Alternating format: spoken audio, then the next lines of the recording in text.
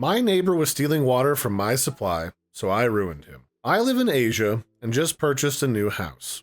Now, the previous owners were family friends who needed cash, and urgently, and haven't been living in my country for nearly 3 years. So I got the house for a great price. In the middle of the capital city, no less. The sale was finalized at the start of this month, and I moved in right after. The house was definitely a fixer-upper, as the previous owners had left mid-renovation, and the main door was locked with just a padlock, not even a real door lock. The house had no gate, meaning pretty much anyone could just walk on in. The first day that I moved in, someone's bike was parked in the garage, so I just left it on the side of the road the very same day that I had a gate installed. Later, an angry man was knocking on my gate, and I didn't bother answering, but through my window I could see him giving up and taking the bike and leaving after about 15 minutes. So already, I wasn't digging the neighborhood, but I didn't have any incidents after that, aside from people not knowing that this was no longer an abandoned house, so my gate was blocked more often than never, but a no parking sign on my gate fixed that issue pretty quickly. Last week I was having a shower in my bathroom and I noticed that my water pressure was lower than usual. I also heard my next door neighbor's water pump going. Now this neighbor, an old guy, lived in a 3-story house, the first and the lowest of the stories he lived in. The other 2 stories were rented out by tenants. This guy wasn't happy about the house being sold next door and voiced many concerns to my friends, the previous owners. He was super angry about it, and my friends did warn me, but I'm a 6-foot guy with 3 dogs, so there's no way he's gonna do anything. And yeah, he didn't and left me alone.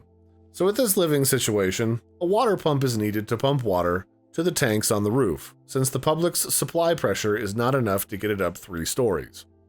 Now I heard the water pump going and immediately was suspicious.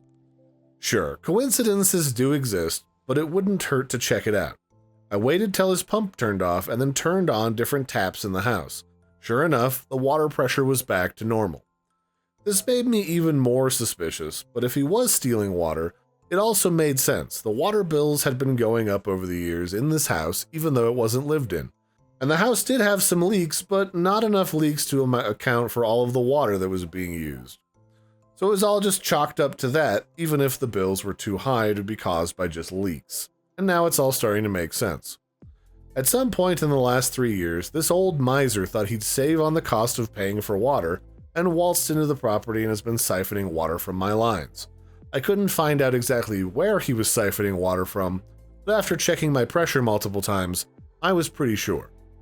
So I sat on it for a few days thinking if I should confront him, maybe go the legal path, or just let it be. Now, water in my country is very cheap. My total bill, even with washing 3 animals and a car every week, and watering my garden, only cost me like $5 per month. And that included my neighbor stealing some of it. But I wasn't about how much I was paying or who was paying for it. It's about entitled old people who think that they're deserving of using other people's resources without paying for it or even asking for permission. It just didn't sit right with me, and I really wanted to teach him a lesson. What I did was really simple. I just turned off my water from the mains. I wouldn't have to break into his property, nor would I be breaking any laws. It was the best way of getting back at him without needing to even lift a muscle. So on Monday, just 4 days ago, I waited till the pump flicked on, and then I turned off the water supply. Now the way household tanks work in my country is there's a ball valve in the tank which detects the level of water and turns on the pump. If the level doesn't increase, the valve stays open, which electronically sends a signal to the pump to stay on until the level gets to a point in which the valve closes, the tank is full, and it shuts off. However, the level wasn't increasing, and anyone that knows anything about water pumps knows that starving a pump of water isn't a good idea. This way, my expectation was that I'd burn out his pump and cause issues with his tenants. But what I didn't account for is that the pump running constantly would mess up the fuses by constantly drawing power overnight and absolutely destroying his wiring. If he decided to upgrade his household wiring to a more modern standard, this wouldn't have been an issue. This house was clearly still running pre-90s era wiring. At around 3 a.m., I heard all the residents in the house waking up and talking in hushed voices about why just their house in the neighborhood doesn't have power or water. I found out about the power part because the tenants devolved into a shouting match with their landlord. Now, our tenant protection laws are very important, and power and water are classed as an essential, even on a state level. So cutting those services are the grounds for lawsuits, unless due to weather or some unavoidable reason. In this case, the landlord is responsible for keeping the house wiring up to date and in good condition, along with the water supply. So the tenants were not happy, and one of them immediately moved out 2 days later when it was informed that the water and power will not be returning the very same day that this happened. Both tenants in the 2 floors lodged a complaint with the police, and if a person is in clear breach of the laws, the police have the authority to fine or penalize that person without a court judgment. It can be challenged in court if the person thinks that they were unfairly penalized, but they still have to pay the fines and will only be refunded if and when the court finds the fines unlawful. So now the landlord has lost both of his tenants and has to pay a fine of $500, which is a lot of money in our country.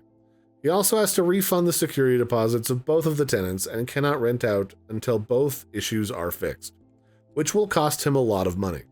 As of right now, he's moving out on Sunday to live with his daughter at her place since he cannot afford to live alone anymore. The tenants were his only source of income, and as a retired mechanic, he doesn't have a lot of other cash lying around. He did find out why the motor kept drawing power, though, overloading the wiring and burned out. He came by my gate and asked me if I'd turned my water off, and I said, oh yeah, my tank had a new leak that I found, and I turned it off till the next day until the plumber came by to fix the issue. And oh man, the look on his face. He kept a straight one, but I just knew he was holding back. He just said, oh, okay, and then went back inside. Not sure if he knows I know, but I don't really care because he can't do anything about it. I'm getting a plumber down here next week to correct my plumbing and remove any pipes that leave my property. So I got rid of my water issue and a neighbor who could potentially be a pain in my ass in the future by simply flicking off a tap. 2 birds with 1 stone, I'd say. TLDR, I bought an abandoned house. My neighbor was siphoning water from my supply. I turned off my water supply when the motor was running. His motor burned out the wiring in his house and cut off water and power to him and his tenants. The tenants lodged police complaints and the landlord got fined and is now destitute and forced to move in with his daughter.